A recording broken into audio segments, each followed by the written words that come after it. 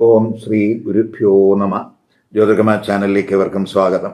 ഇന്ന് ഞാൻ ചർച്ച ചെയ്യുന്നത് 2025 നവംബർ 23 മുതൽ 29 വരെയുള്ള വാരഫലം ഓരോ കൂറുകാർക്കും ലഗ്നക്കാർക്കും എങ്ങനെയാകും എന്നുള്ളതിനെ പറ്റിയാണ്.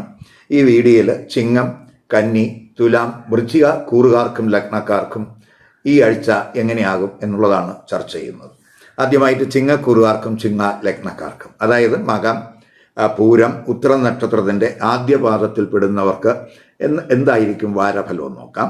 ഇപ്പം പൊതുവെ ഉന്മേഷം, ഊർജ്ജസ്വലതയൊക്കെ കുറയാതെ വർക്കിലും കമ്മ്യൂണിക്കേഷനിലും ശ്രദ്ധിക്കേണ്ടുന്ന വാരമാണ് എന്ന് മനസ്സിലാക്കുക. ആശയവിനിമയം നടത്തുമ്പോഴൊക്കെ അല്പം ശ്രദ്ധിക്കണം. ധനപരമായിട്ടും ജാഗ്രത വേണം. ഇപ്പോൾ 3ാം ഭാവരാശിയിൽ ബുധൻ വക്രത്തിലാകുന്ന സമയമാണ്. അപ്പോൾ ഫ്രണ്ട്ഷിപ്പിലും അതുപോലെ സാമൂഹ്യ ബന്ധങ്ങളിലുമൊക്കെ ഒരു കെയർ വേണം. അതുപോലെ തന്നെ 3ാം ഭാവാധിപനായിട്ടുള്ള ശുക്രൻ സുഖസ്ഥാനത്തും ഭാഗ്യസ്ഥാനത്തുമൊക്കെ ദൃഷ്ടി ചെയ്യുന്ന സമയമാണ് എന്നുള്ളത് കൊണ്ട് നമ്മൾ എഴുത്തിൽ, പ്രഭാഷണത്തിൽ, അതുപോലെ പ്രസിദ്ധീകരണങ്ങളിൽ ഇവയിലൊക്കെ ബന്ധപ്പെട്ട് പ്രവർത്തിക്കുന്നവർക്ക് യാത്രകൾ വേണ്ടിവരും. അതുകൊണ്ട് അവർക്ക് ചില ഭാഗ്യാനുഭവങ്ങളൊക്കെ ഉണ്ടാകാൻ സാധ്യതയുണ്ട്. തൊഴിൽപരമായിട്ട് പൊതുവെ അവസരങ്ങൾ ഉണ്ടാകുന്ന സമയമാണ്. തൊഴിൽ ലഭിക്കുന്നതിനും സാധ്യതയുള്ള സമയമാണ്. തൊഴിൽ സുഖമൊക്കെ അനുഭവപ്പെടും.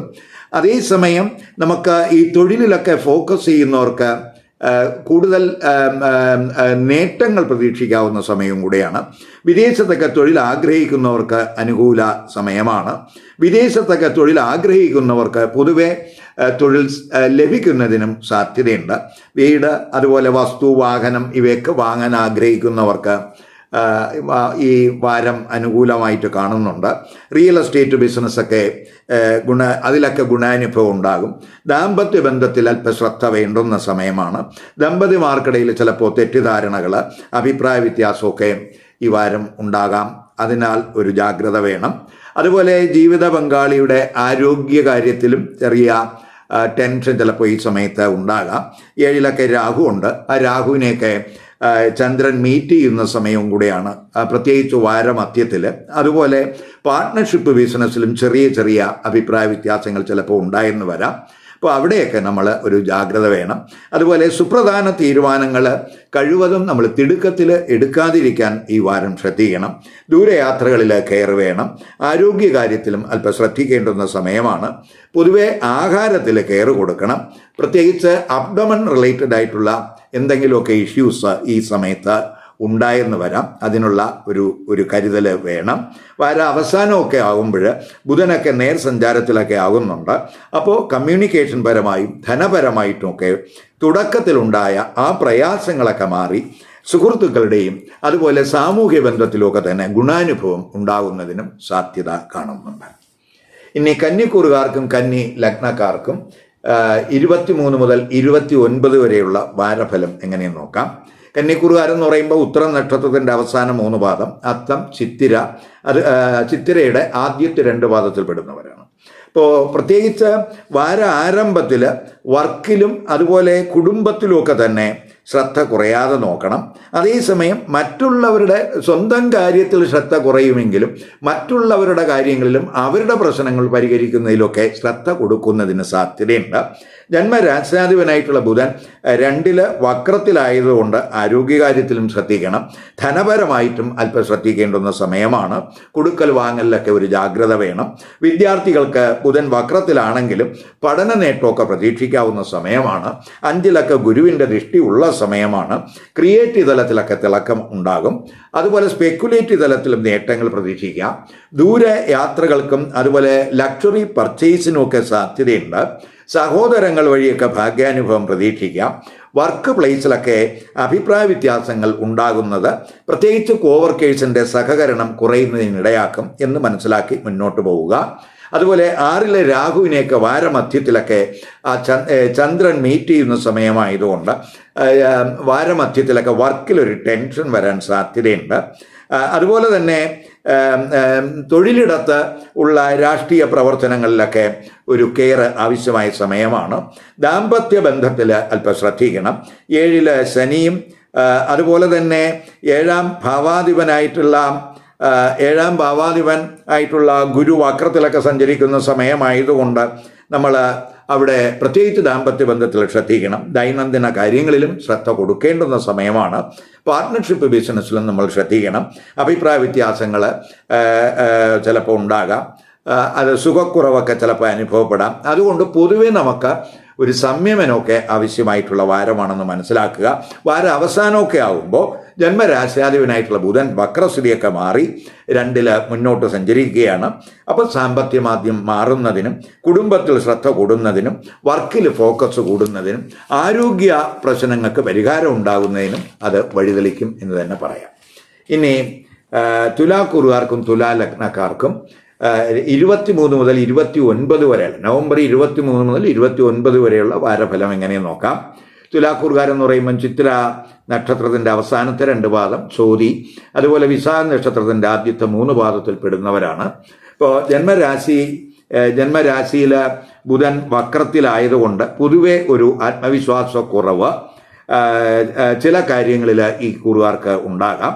സ്വന്തം കാര്യങ്ങളിൽ ഉറച്ച തീരുമാനം എടുത്ത് പോകേണ്ട വാരമാണ് എന്ന് മനസ്സിലാക്കുക. ദൂരയാത്രകൾ മാറ്റിവെക്കുന്നതിനോ ഒഴിവാക്കുന്നതിനുള്ള ഒരു ശ്രമം ഈ വാരം ഉണ്ടാകും. കുടുംബത്തിൽ കമ്മിറ്റ്മെൻ്റൊക്കെ കൂടും. കുടുംബത്തിൽ മംഗളകർമ്മങ്ങൾക്ക് സാധ്യത ഉണ്ട്.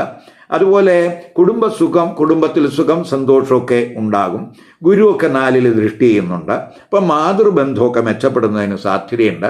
അതുപോലെ പ്രോപ്പർട്ടി സംബന്ധമായ കാര്യങ്ങൾക്ക് വീട്, വാഹനം ഇവയൊക്കെ വാങ്ങാൻ ആഗ്രഹിക്കുന്നവർക്കുമൊക്കെ ഈ വാരം ഗുണാനുഭവം ഉണ്ടാകും.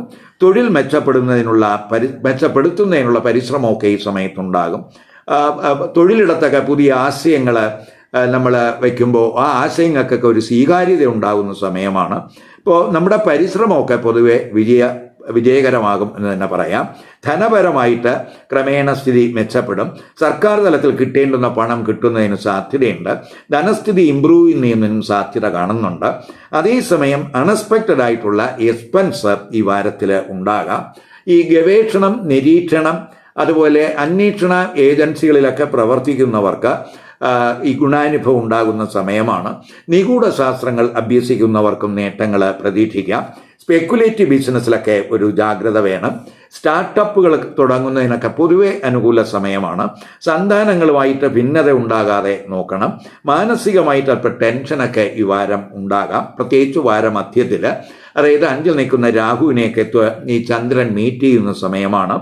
ഏത് കാര്യത്തിലും സഡനായിട്ടുള്ള ഡിസിഷൻ എടുക്കാതിരിക്കാൻ ശ്രദ്ധിക്കുക. കഴിവതും കൺഫ്യൂഷൻ വരുന്ന കാര്യങ്ങളിൽ മുതിർന്നവരുമായിട്ട് ആലോചിച്ച് ആ കൺഫ്യൂഷനൊക്കെ മാറ്റി പോകേണ്ടുന്ന സമയമാണ്. പഠനത്തിലൊക്കെ ഡൈവർഷൻ ഉണ്ടാകാതെ നോക്കണം. 6ലെ ശനി വക്രസ്ഥിതി മാറുന്നതിനാൽ വാര അവസാനമൊക്കെ ആകുമ്പോൾ ആരോഗ്യ കാര്യത്തിലൊക്കെ ഇമ്പ്രൂവ്മെൻ്റ് ഉണ്ടാകും. അതുപോലെ നമുക്ക് കടബാധ്യത ഉണ്ടെങ്കിൽ ആ കടബാധ്യത കുറയ്ക്കുന്നതിനുള്ള മാർഗങ്ങളൊക്കെ കണ്ടെത്തും. വാര അവസാനമൊക്കെ തൊഴിലിടത്തൊക്കെ ടെൻഷൻ, സുഖക്കുറവൊക്കെ ഉണ്ടായെന്ന് വരാം. അവയിലൊക്കെ ഒരു ജാഗ്രത വേണം.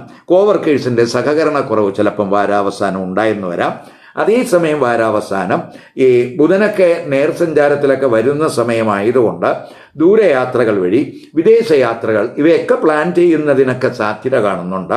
ഹയർ എഡ്യൂക്കേഷനിലെ മെല്ലപ്പോക്കൊക്കെ മാറും. ഗുരുക്കന്മാരുടെയൊക്കെ കടാക്ഷം ഉണ്ടാകുന്നതിനും സാധ്യതയുണ്ട്.